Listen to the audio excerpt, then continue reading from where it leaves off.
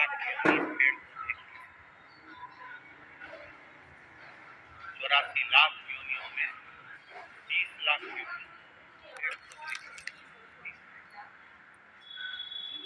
20 लाख योनि पेड़ पौधे की मिली।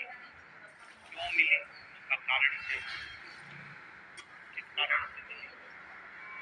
केवल एक कारण था पेड़ पौधे की योनि पाने का, कि आप अपने आसपास में जितने वृक्ष लगे रहते हैं, जितने पेड़ पौधे लगे रहते हैं, जितने वृक्ष लगे रहते हैं, उन वृक्षों को आप काटते हो, तोड़ते हो, बेकार कर, तो वो वनस्पति का जो देवता है वो भी आपको वृक्ष बनने का, पौधा बनने का श्राप देगा। हमने एक बात पहले भी कथा में कही, अगर यहाँ भिंड की दीदियों ने सुनी होगी तो उनके स्मरण में होगा। बेलपत्री का पत्ता बेलपत्री के वृक्ष से तोड़ लो, अर्थ मना नहीं। तुलसी का दल तुलसी के पौधे से उतार लो, मना नहीं है। पीपल का पत्ता पीपल के वृक्ष से उतार लो।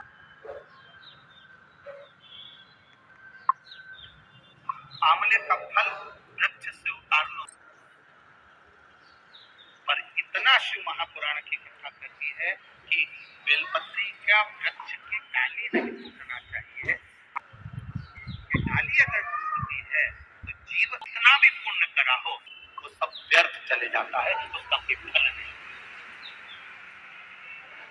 आपको अगर बेलपत्र की जरूरत है, आपका बेलपत्री है और बेलपत्र की आपको जरूरत है, डाली में से बेलपत्र तोड़ो। डाली क्यों तोड़ो? आप उस बेलपत्र का प्रयोग करो।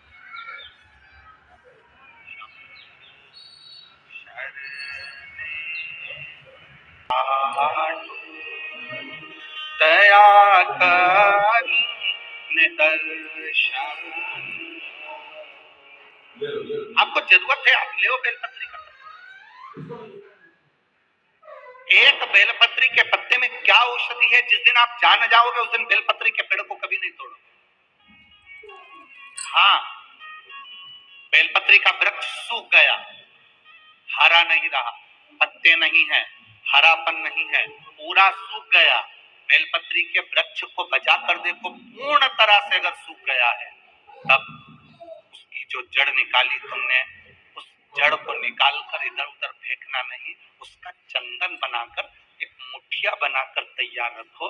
और जब तुम्हारे जीवन में तुम्हें लगे कि हरे वृक्ष को नहीं काटना, हरे वृक्ष को बेकार नहीं करना, जो बेलपत्री का वृक्ष सूख गया हो, जो पत्ती नहीं आ रही, फल नहीं आ रहा है, पूरा सूख गया, उसको तुमने बजा कर देख लिया कि बेलपत्री का वृक्ष पूर्ण तरह से सूख चुका है, ये किसी काम का नहीं है। थोड़े समय के बाद लोग इसे काट लेंगे, उसमें पत्ती नहीं आती, फल नहीं आता, पूरा सूख गया है, उसमें ना पत्ती है ना फल है, अड़भंगा है, बिल्कुल खाली।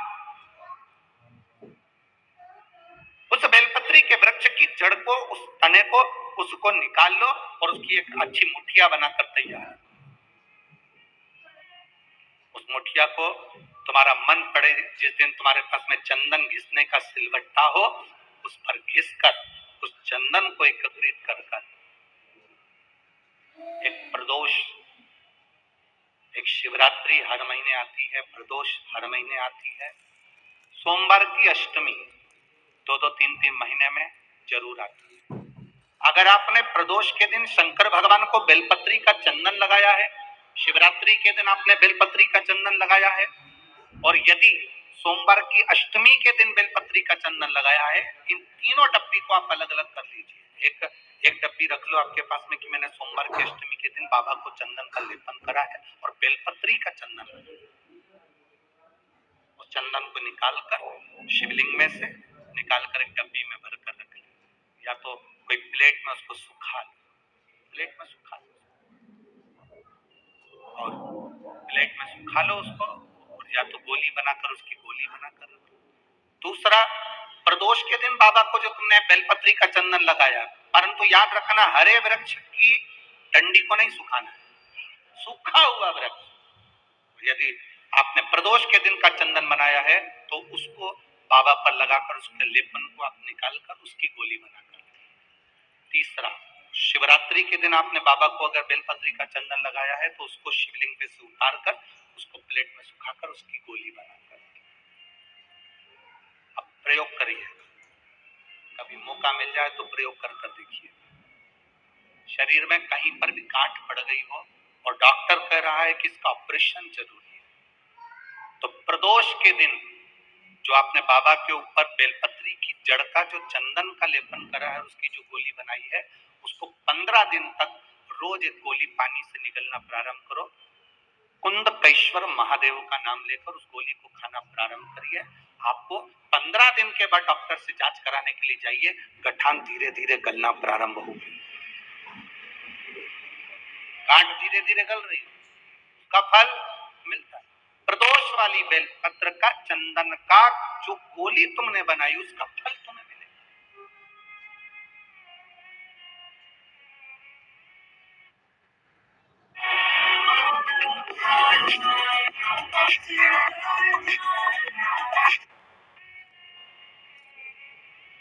अब सोमवार की अष्टमी के दिन का जो चंदन है, बाबा को जो तुमने बेलपत्री का चंदन का जो लेपन करा है, देखिए डॉक्टर हनुमान जी के यहाँ पर ये कथा चल रही है।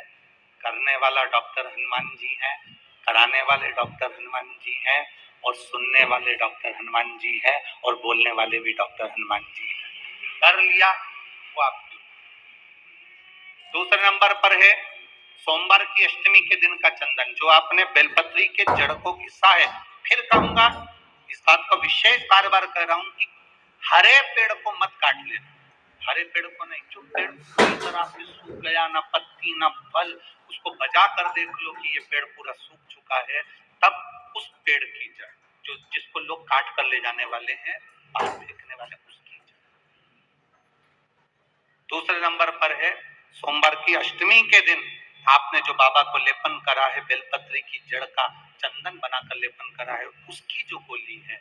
अगर बच्चा 8 साल का हो गया, 9 साल का हो गया, 10 साल का हो गया और वो गंदगी कर रहा है, बिस्तर पर गंदगी कर रहा है, सुसु कर रहा है, या अचानक उसको भय हो जाता है, या किसी ना किसी तरह से उसको रोग ग्रसित हो जाता है, उस बच्चे को भी आप छोटी सी गोली हफ्ते में केवल एक बार, जो सोमवार की अष्टमी के दिन जो आपने चंदन का लेपन करा है, हफ्ते में एक बार उस गोली को बच्चे को पीस कर पानी के साथ देना प्रारंभ करो।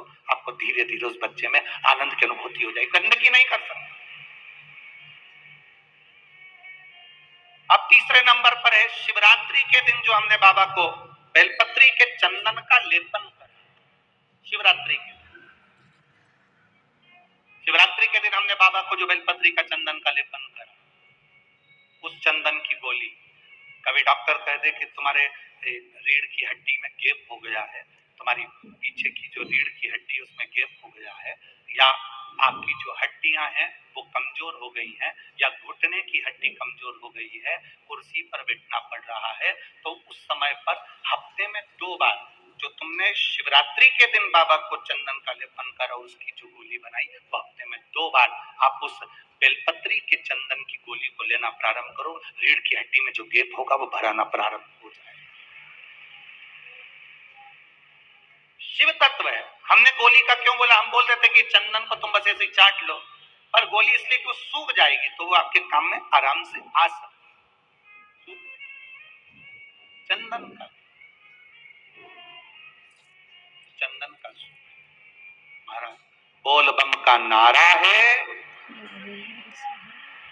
सारी समस्या का हल, शिव की भक्ति हमारा एक